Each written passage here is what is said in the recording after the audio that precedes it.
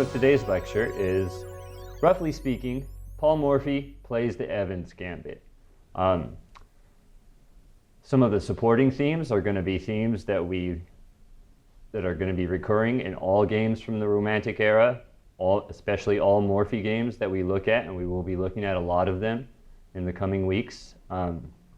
Romantic era games, that's roughly mid 1800s to early 1900s, roughly speaking. And it's an era or a school of chess thought, that Romantic chess, that exemplified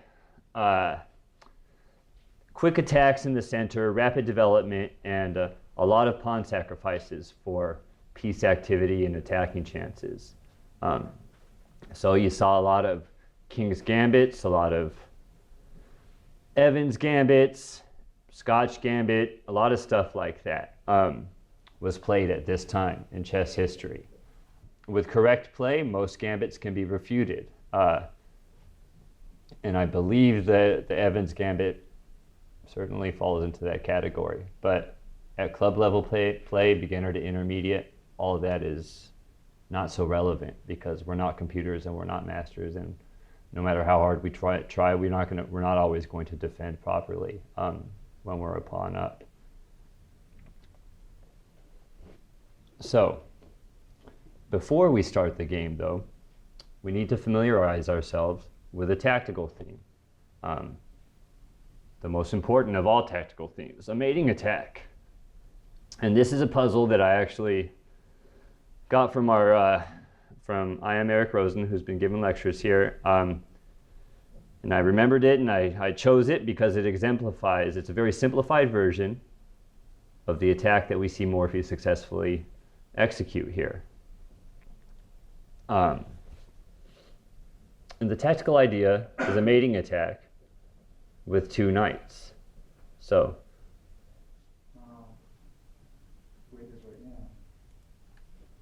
I agree.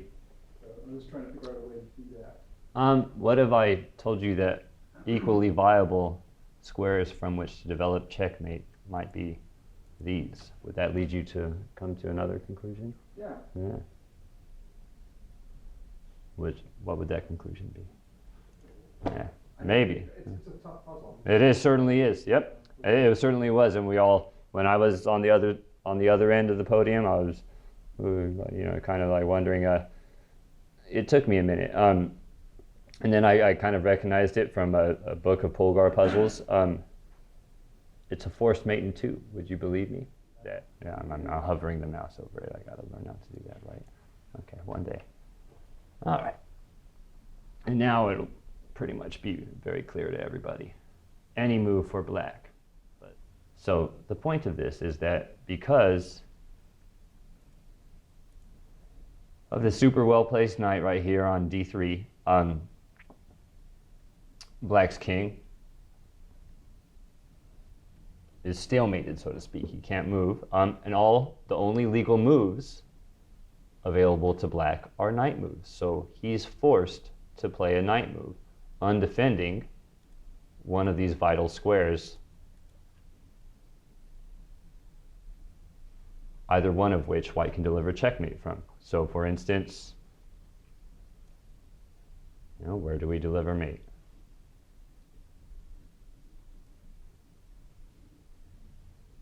Okay.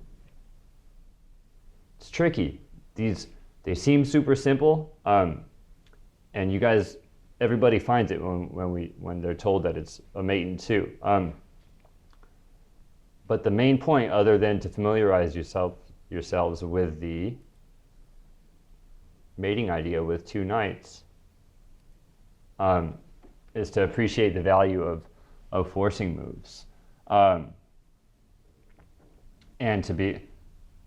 now hopefully we'll be able to recognize this theme when it occurs in a slightly more complicated way. So, this is one of his buddies, and this was actually a casual game. And Paul Morphy has the black pieces. And like all games in the Romantic era, it starts with the king pawn up, And black typically contests control of the center by moving his king pawn up 2 squares. Knight f3, another logical move.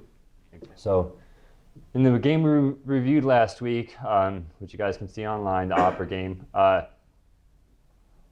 the players with black play d6. Morphy has black in this game. He plays a more reasonable move, knight c6.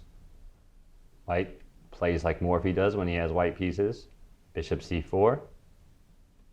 And here Morphy says, yeah, that's a pretty good idea. You know, I want to put my bishop on an active diagonal. You're attacking the weak square next to my king, f7. I'm going to attack the weak square next to your king. And here's where we get to the move, which defines the opening line that we're looking at.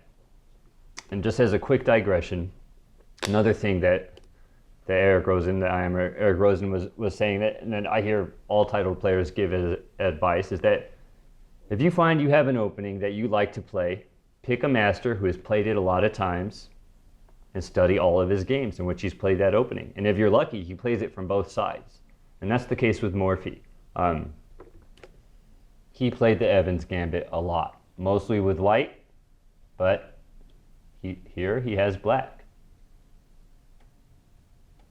And here's the move that makes it a gambit. So as I was saying earlier, a gambit's a move in which you offer a pawn in exchange for rapid development. So this is the pawn in question. He's offering that. Believe it or not, I played this in a tournament recently. I played this twice in tournaments recently, and the most recent time I had a good result. The other time I played a little passively and did not get a good result. Morphy has seen Jonathan Schrantz's lectures and says the best way to refute a gambit is to accept it. He says, I'm not afraid. I'll take that free pawn. I know how to move my pieces better, be more active. Let's see the worst. Do your worst, he says to white. So white plays the typical idea.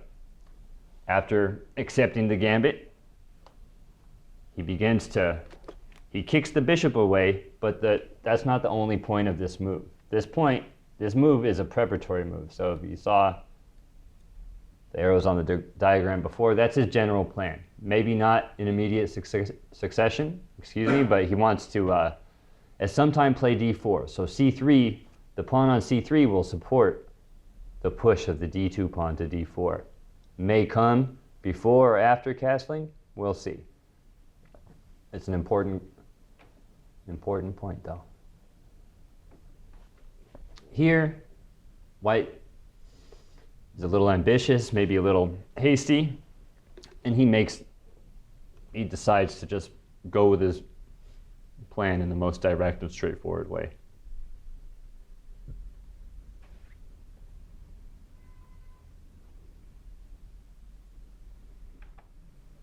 Morphy rightly sees that this is too early of a break.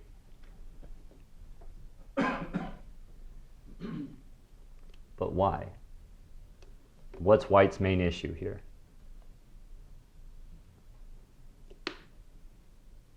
King pawn on c3. c3, yeah, he's got some king safety issues. This pawn, as class is pointing out, is currently pinned by this bishop. And he's just ignoring that. So a better move definitely would have been to castle here, to kind of avoid all that stuff, and you're maintaining equality with white. Crack open the center with your king still in the center, you're asking for trouble. Paul Morphy knows that. So he says, okay, you want to open the center with your king still in the center? That's okay with me. And white continues to play silly. Instead of getting his king out of danger, he moves a pawn again. Imaginably with the idea of preventing the knight from going to f6. But I don't know why he just doesn't decide to castle here. More or less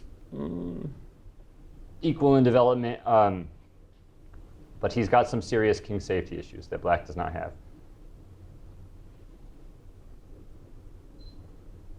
And for that reason, he made that decision to. So yeah, I'm kind of speeding through these moves. Stop me if they don't make sense, or, I mean, ideally, I would like you guys to, think about what you would play with either side. We know that black is going to win this game, but, especially with these old games, from beginner to intermediate, it's often very easy to spot improvements in the losing side's play. And here the simple improvement would have just been to castle, as opposed to playing this crazy e5 move, which he plays. Morphe says, I'm going to get good control of the center, superior control of the center. I'm going to start by liberating my light squared bishop and occupying the d5 square with my d-pawn. Obviously attacking a piece, right? And so that's what happens there. Morphe captures that pawn en passant, or excuse me, white pieces capture Morphe's pawn, his d5 pawn, on d6. The queen recaptures, and white finally gets his king to safety. Black develops a piece. You see that arrow on the diagram?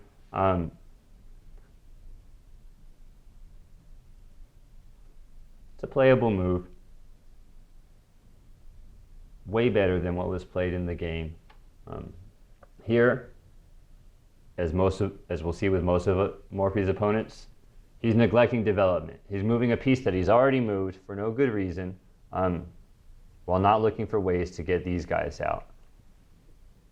He's got some sort of silly attacking idea on f7, and all black has to do is castle, right?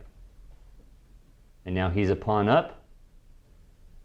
He has one minor piece to develop, as opposed to his opponent's two, as well as the queen. So just one step away from completing development, whereas white is 3 steps away. And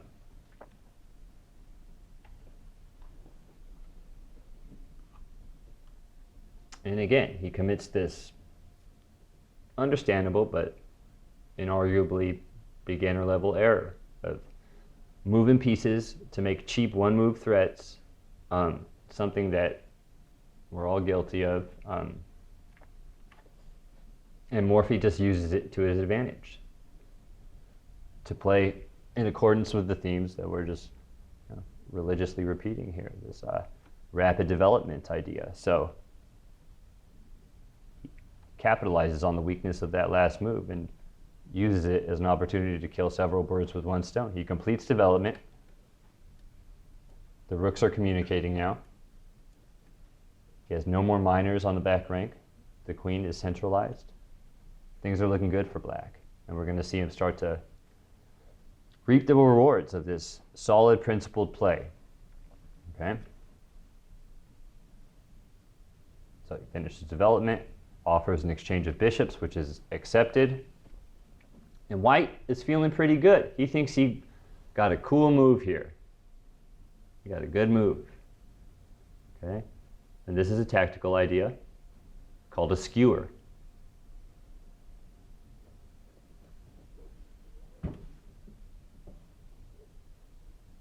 Okay. Similar to a pin. Like most tactical ideas, it's a double attack.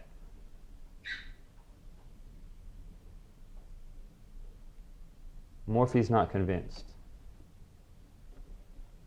He says, white pieces, you wasted too much time with all these silly moves like e5, bishop d3, knight g5, and you've given me beautiful control of the center.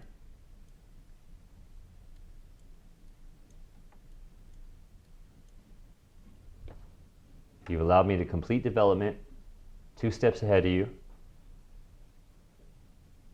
And I'm going to continue sticking to just basic chess principles and do what we teach all beginner students to do once these goals, these strategic or positional goals of rapid development, central control, and king safety or early castling have been achieved. And we begin to attack by moving our pieces to the king side, where the enemy king is. White thinks he just won the exchange. Continues to waste moves while giving black free rein on his king side.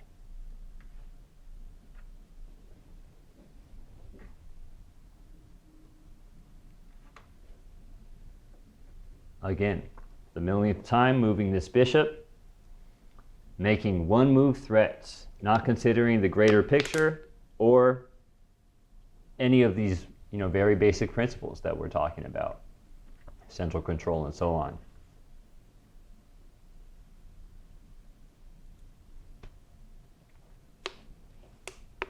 Here, Morphy moves his final piece. If you guys have black pieces, what do you think is the next step to completely mobilize your army here? Yeah, where you want to put them?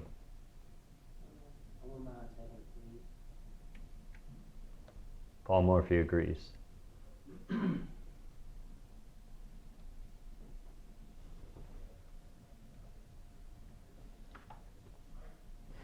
Self-pinning himself. Okay, so are you guys familiar with what a pin is? Yeah? All right, good. So he just put himself in a pin, didn't he? Nothing is protecting this queen right now.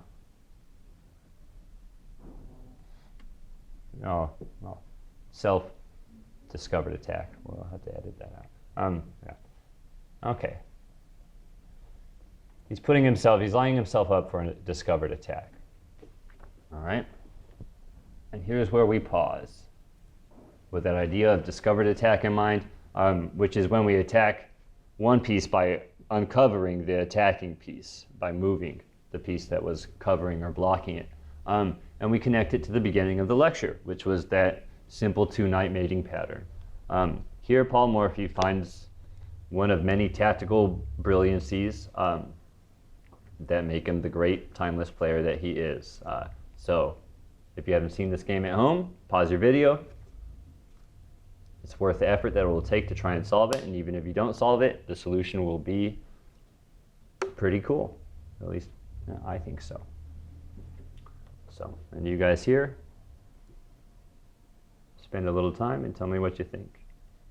And what they're saying, you guys, is that or what we're getting at here is that if this queen were not here defending all of these,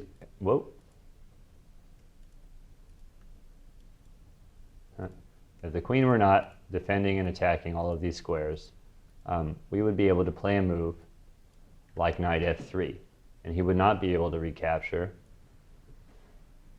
because the pawn is pinned, and we're not allowed to put ourselves in check. Okay, really kind of fundamental tactical concept that you see in a lot of puzzles. But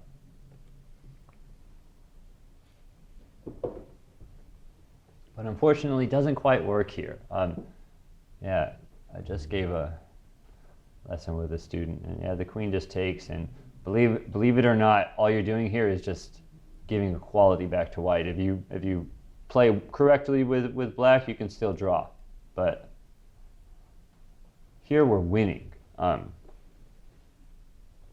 We're up a whole queen in a minor piece, basically, and a pawn, as far as the computer evaluation is concerned. But now I am going to spoil it for you guys. Yeah, pawn c2 is playable.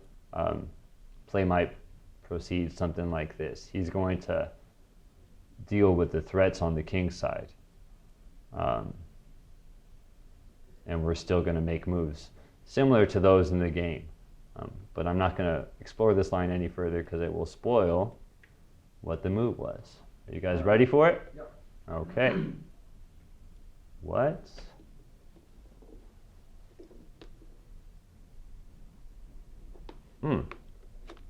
Why would we put a piece on a square attack 3 times? Now we're breaking basic principles that we learn as beginners and teach to other beginners. We're hanging pieces. Okay, you wouldn't take.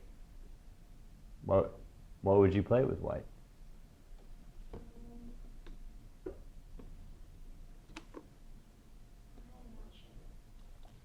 Fair enough.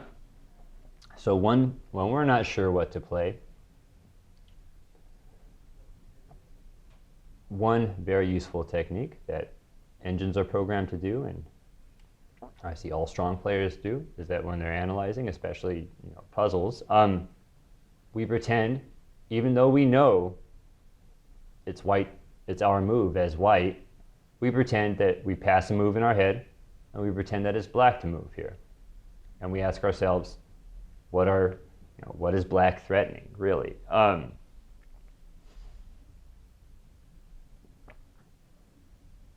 one thing that what squares are we what squares is our opponent attacking, and what are moves that he would like to make? Knight to e2 would really be good. Thank you. It would be wonderful. So, spoiler, this is where his opponent resigned, because he realized the futility of any continuation. But myself, if I weren't exposed to this game, and many people would continue to play on. And some, not realizing the danger of knight e2, might play something silly.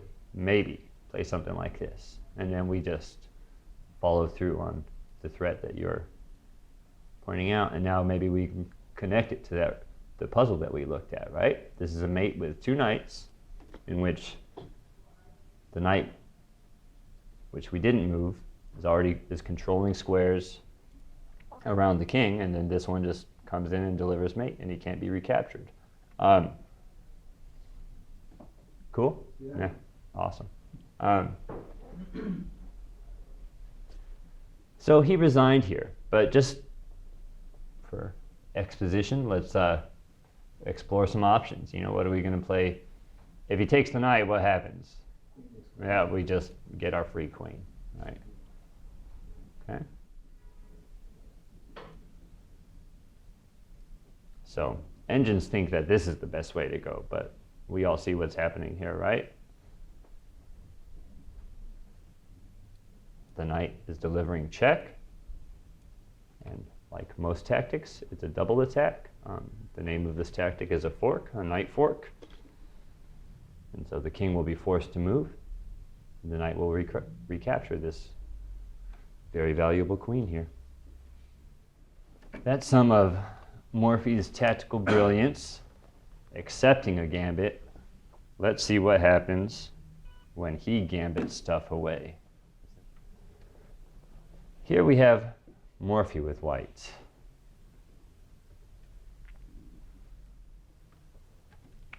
So this game was played in Paris when he was touring Europe looking for a world championship match against Staunton, which he never got. Okay, so here we see him play the move that his opponent played, and which many players of the time played. B4, Evans Gambit. De Riviere accepts it. Morphy plays much more correctly than Napoleon Marache in the previous game. He gets his king to safety, and then he'll start developing rapidly and creating attacking chances. Correctly contests control of the center with the same move we saw in the last game, but with the key difference of his king being safe in this line. The bishop retreats. We develop a piece. Black gets some development.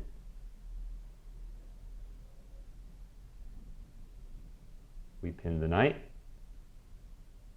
And black, as I can hear our club players here moaning in disapproval, black makes a silly move by breaking the pin, but at the same time forfeiting his right to castle, leaving his king stuck in the center, just neglecting these basic positional principles of king safety, central control, rapid development. Okay. With the pin broken, he can move the knight. He feels good about that. He does that.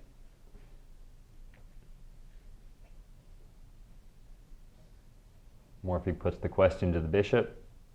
Bishop retreats, says, I'm going to keep pinning your queen.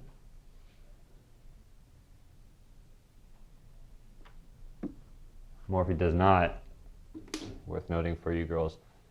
When this happens, and he retreats, you always want to calculate whether or not it's worthwhile to do this push.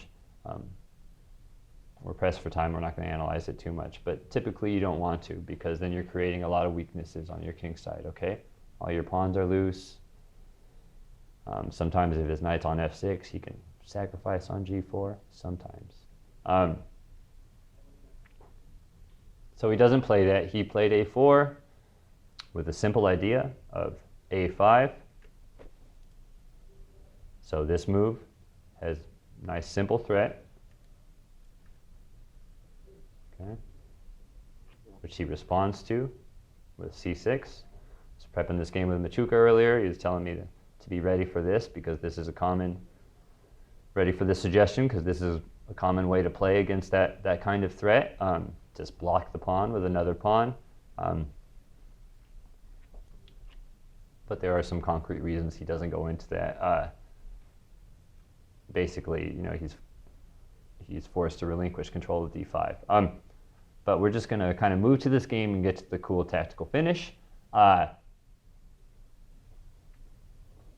at the same time just briefly talking about how Morphe is creating these tactical opportunities that arise, such as that position where knight g3, putting your knight on a square attacked by 3 pieces, is the winning move.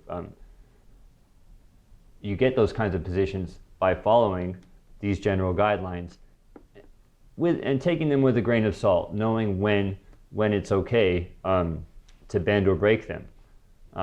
But here, just using those 3 guidelines as reference points by which to evaluate the position, we can see that one side is better than the other. White is looking good here. He's castled, got his king to safety. He's 1 move away from completing development and having his rooks communicating.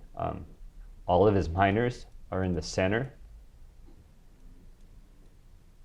just dominating the center. And if we look at Black's pieces, they're all ill-placed. This guy's still on the back rank. His king is never leaving the center. And these are the red flags that we train and develop the ability to recognize. So he makes this queen b3 move. Looks like a simple developing move. It's got some deeper ideas involved. And those ideas are still pretty basic ones. He's going to eventually, when he gets the chance, put these guys where they belong. Rooks belong not on closed files, but on open files. And files are the vertical rows of squares. And he's got these nice semi-open B and C files. But he needed to get the queen out of the way. Puts her on that already weak A2, G8 diagonal. And Black decides to retreat the bishop in order to scare the queen off of that diagonal. Here.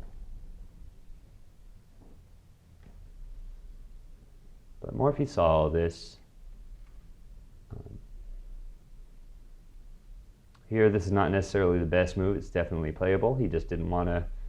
He didn't want to exchange his knight. He's going to swing him over to the king side and possibly use him in the attack, in the ensuing attack. But here we start to see his plan materialize. That rook is placed on the B file. And Black has a few different ways to respond to it. But what's going on here? We're attacking a weak pawn, right?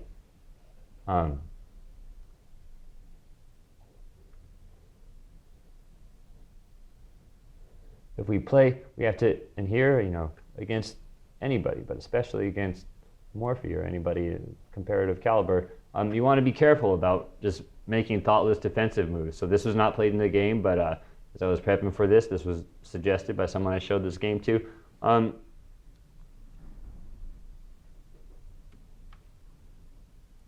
But what we have here is a weakening of this important d6 square, which can be accentuated with that bishop move. So he doesn't play that. He plays b6.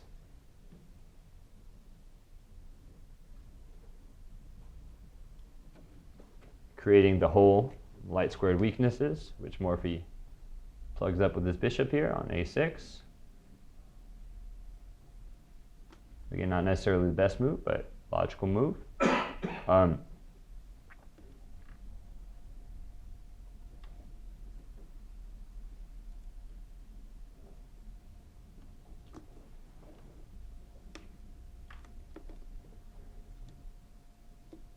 And here is where, again, he follows just a very general principle. Once we've accomplished those 3 guidelines, which we keep discussing, the central control, rapid development, king safety, you want to open the center and begin to attack. Not necessarily the best or most accurate way to do it, but still good for black.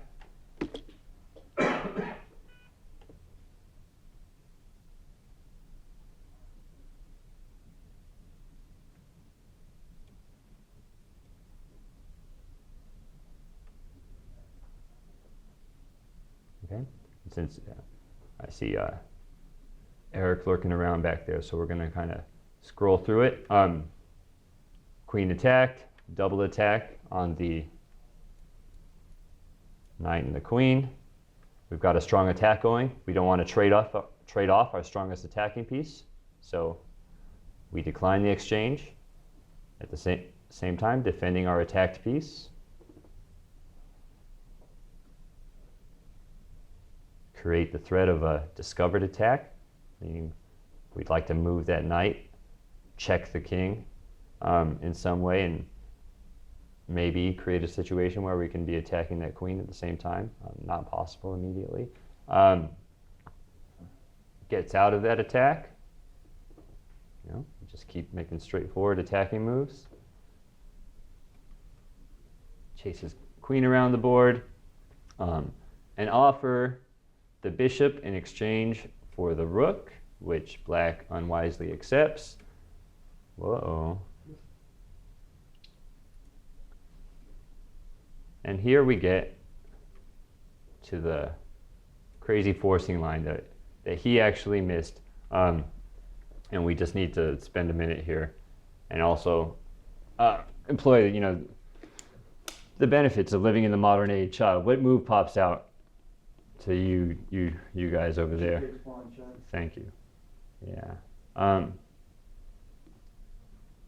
was showing this to Danny, and we were talking about it, and he said, how are you going to explain this to the class? And one funny way to explain it is you can say sometimes we eat our food, and sometimes we play with our food a little bit before we eat it.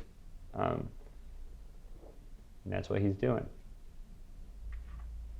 Kind of teasing black in an already winning position for white. Exploits the, what obvious to us weakness of the king being stuck in the center by drawing him out. And here, I'll be really impressed if anybody can calculate it all the way through. But what would be less impressive, but just as acceptable, is just finding the forcing move. So what's a good forcing move here?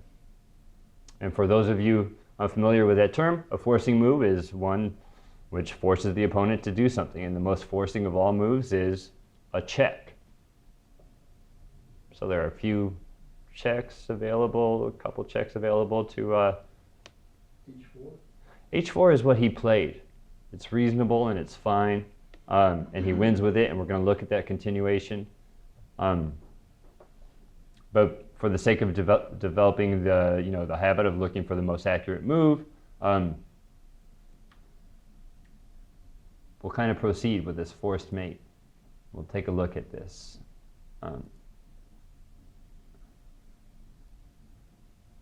And then we'll look at the cool tactical finish that happened in the game too.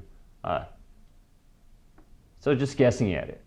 Here we're just going to find forcing moves, and anybody can just shout them out. So we're 6 moves away here from a forced mate. Or, yeah.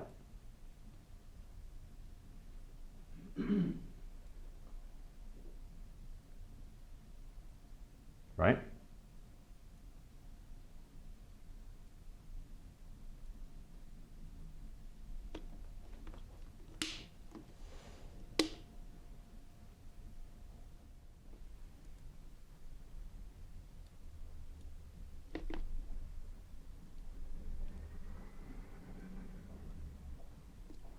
Okay. Bishop G2. What have I told you? Or it might be something else. Bishop G2 and he takes on G3. So we defend it first, but not with that pawn rook, but with this one. He desperately brings a piece into play. And now we've eliminated that answer of king takes G3, so here, Bishop G2 certainly checkmates. Okay, but now we'll look, we'll finish the class by just looking at what Morphy actually played. So we can't begrudge him for not playing the computer line. He plays something that also makes sense. Plays H4 check. This is a forced mate in 18. But luckily, black does not play accurately enough to put Morphy to the test about whether or not he can find that. He just plays these nice ideas with these nice direct, forcing, logical forcing moves. Sacrifices the exchange.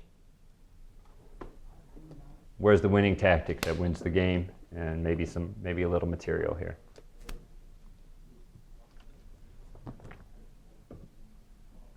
Bishop E6. Oh, brilliant, brilliant. Okay, hope you guys enjoyed that. Hit like, share, and subscribe. See you guys next week.